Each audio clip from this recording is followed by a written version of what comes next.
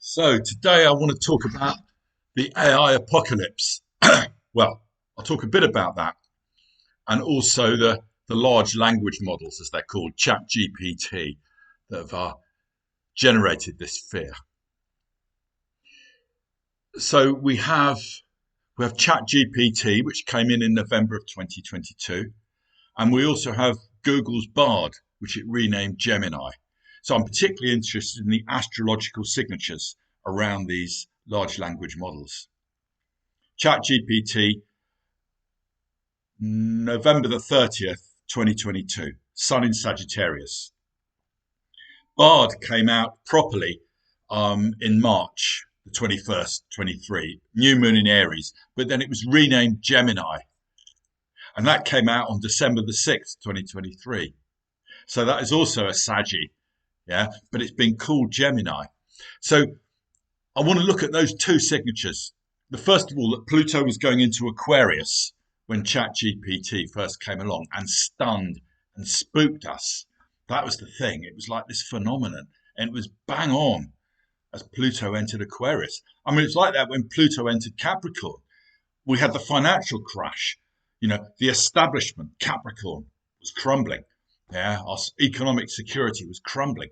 And then Pluto enters Aquarius for the first time, and bang on, there's this huge inventiveness, the sort of archetypal Aquarian invention of a human-like intelligence, yeah, that is inhuman. That is just so Aquarian, and it was bang on. I mean, when astrology uh, is literal like that, it kind of spooks you because it's symbolic, it's metaphorical, isn't it? And then sometimes it's literal, and then it's not again. Yeah, it's metaphorical, but it spooks us. Like when the Twin Towers came down, ghastly as it was, Saturn was exactly opposite, almost exactly opposite Pluto, lining up along the chart for the USA, along its ascendant descendant axis.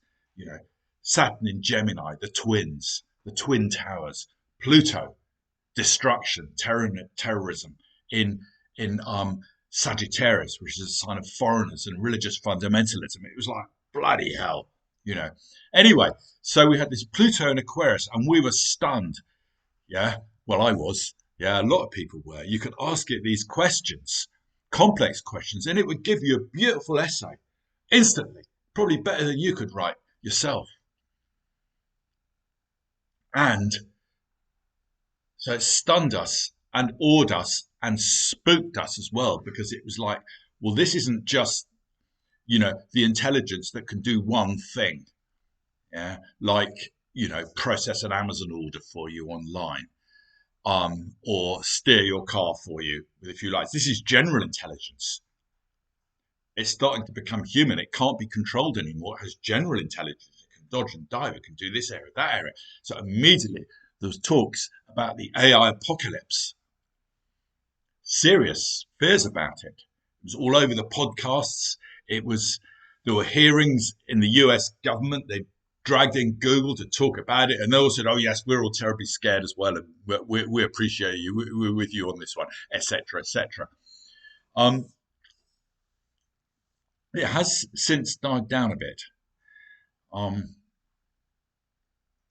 Generally speaking, things are less apocalyptic than they were, and I think this is good because we have a propensity towards apocalyptic thinking, to thinking that, well, the end of the world could be round the corner, and we always seem to have thought that like that in one way or another, and it's just an extension of our tendency to focus on the bad news and to fear the bad news. And if you think in evolutionary terms, you can understand that. Is that a stick or is that a snake in the grass? Well, 99 times out of 100, it's going to be a stick. But once in 100, it's going to be a snake. And you only need to be wrong once and you're dead. So better to panic every time, just in case. So we're on alert for bad news because you only need to be wrong once. Whereas good news, well, it doesn't matter if you're wrong, you still survive. So we're wired for bad news and we're wired for apocalypse. Um, we've had the climate apocalypse. We had COVID. People were deadly scared of. We had the nuclear apocalypse before the climate one, and then we had the AI one looming. Now it's interesting. you see, Pluto is to do with our survival. Um, what we need to survive. So, of course, he's associated with apocalypse. We might not survive. That's the thing, unless this or that or the other, and we're extra careful and we stop being these inventive humans, and using oil and all that, we could all die out. So, Pluto is associated with that, and he's making a shift from Capricorn to Aquarius. Capricorn is very cautious. Yeah, it lives in the known. It's afraid. That's its default position, and that means you get security, you get safety, but it's afraid of climate, yeah, and how we might destroy ourselves, and afraid of the AI apocalypse. It's interesting, they've both gone out of the news as Pluto has increasingly gone into Aquarius. He's just got a little touch back in Capricorn later this year, but it's a bit like, when we had the COP28 conference last year, the big climate conference, which is happening every year, and we're all supposed to recommit to net zero, it barely made the front page. That is out of the news. And the AI apocalypse is out of the news as well. I mean, the EU's just passed some laws around it, but they're pretty general. It's pretty just like token as far as I can see. So it's interesting that we've become less apocalypse oriented as Pluto has been moving from Capricorn to Aquarius. And Aquarius is more like, Aquarius is more daring than Capricorn. And also, it's got faith in human inventiveness. Well, we'll invent our way out of it. And there's a lot to be said for that, because we usually do. People worry about, flooding due to climate. Well, look at Holland. It invented its way out of that. It's below sea level, invented its way out of that 500 years ago. So, a fortiori, we can do that now. We've got much better technology.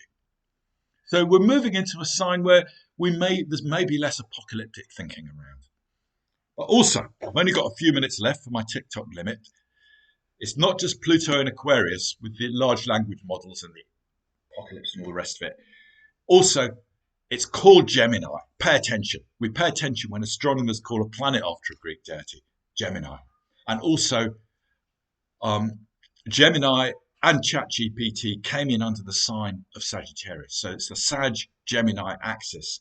Now, Elon Musk has said that if ChatGPT was invented 450 years ago, when Galileo was just giving proper evidence that the Earth went round the sun rather than the other way round, ChatGPT would still be saying that the sun is going around the Earth, because it gives you the conventional opinion, the popular opinion, even the politicized opinion. It doesn't give you the truth.